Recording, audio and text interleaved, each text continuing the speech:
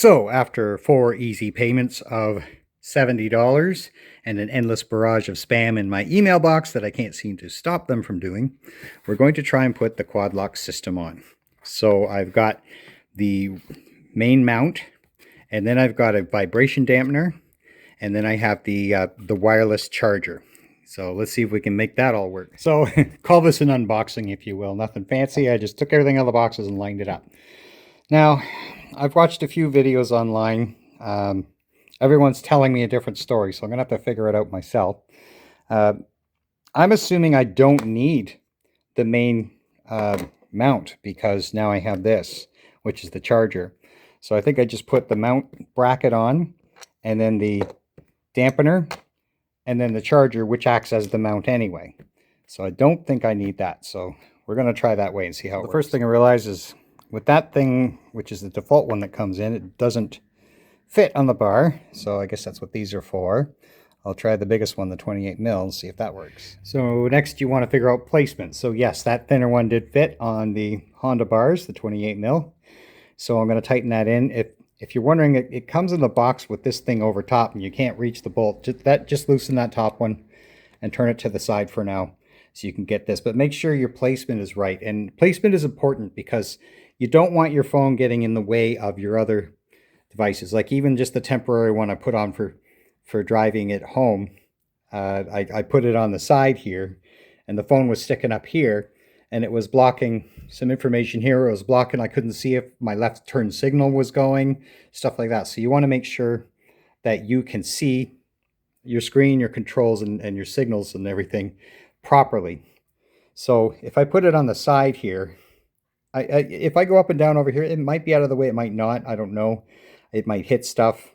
But my other concern is it's kind of at a weird angle with this bar here. I could put it right on the edge here, but then I think it's going to block my signal. So I'm going to try for the middle with a horizontal view. We'll see how that works. Yeah, another reason I don't want it over to the left too much is my power source is here. You can get an adapter that comes from your 12 volt if you wanted that for something else like a phone or something. But I'm going to try hooking it into here.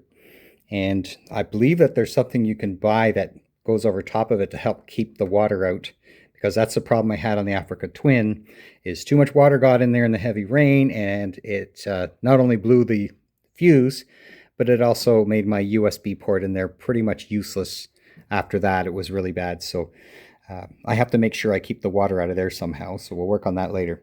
So yeah, I want it a little further to the right so I have as little cord as possible to wind through here and plug in, make it nice and neat. So we're going to try that. I'm trying to determine the angle, and I've loosened it and I pivoted it so that when the phone mounts, where do I want it to be, right? You know, do you want it to be down here? Do you want it to be over here? You could put it anywhere you want, even a little off to the side if you want. We'll try for the middle for now. I can always adjust it later. And then I put my phone in front of it, which obviously I can't show you right now. And it doesn't block the view of my controls. So that's pretty cool. And we'll see how next comes the vibration dampener. I can't do this and hold the camera at the same time. I'm going to put that on there, and I'm going to screw in the screw. Vibration dampener is on, and I don't know if you're supposed to have the middle part up or what orientation, if it matters. But I went with that. And now the charger. So I guess just thinking here with the way the cord I want it to go. Oops. If I went that way, I would have to bend, sorry. If I went that way, I would have to bend the cord down that way. But if I go this way, I have to go under the bars.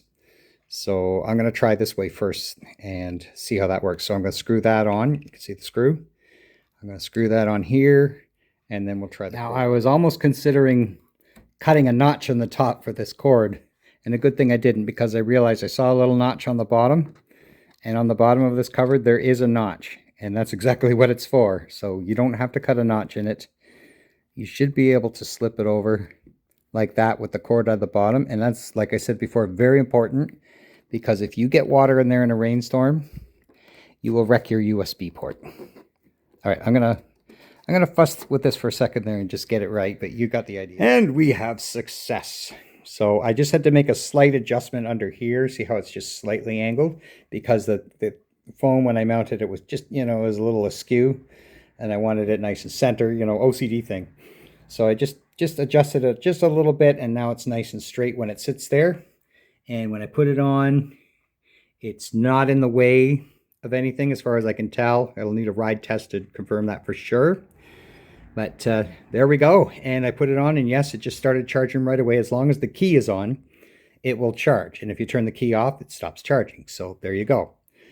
And there you go. That's another successful venture on the upgrades to the great NT1100. All right, we've started up the bike. And let's see if this thing works. Just gotta get my phone out. Open up your phone. You can put your phone on here. You have to have the Quadlock case for it. I just can't find it. Hang on. Oh, that's why. You got to push it. You have to push that down. Sorry, it's my first time figuring this out. Bear with me. There, you just got to make sure it's pushed down and locked.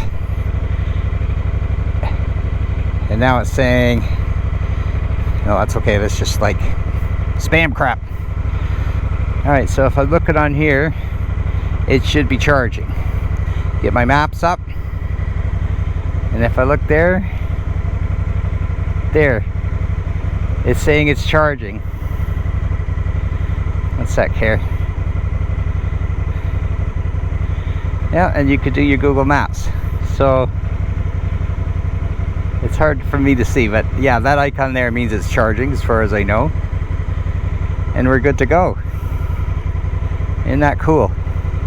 So now it's constantly charging while I'm riding the bike and doing my Google Maps. And I don't need the Google Maps today. I'm not on a big trip or anything, but that will work.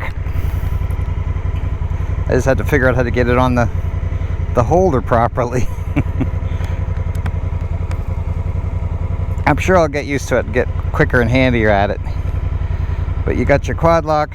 I think if you just get it the right way and push it. So that's the only kind of real part I got to get used to, I guess. So I pushed it.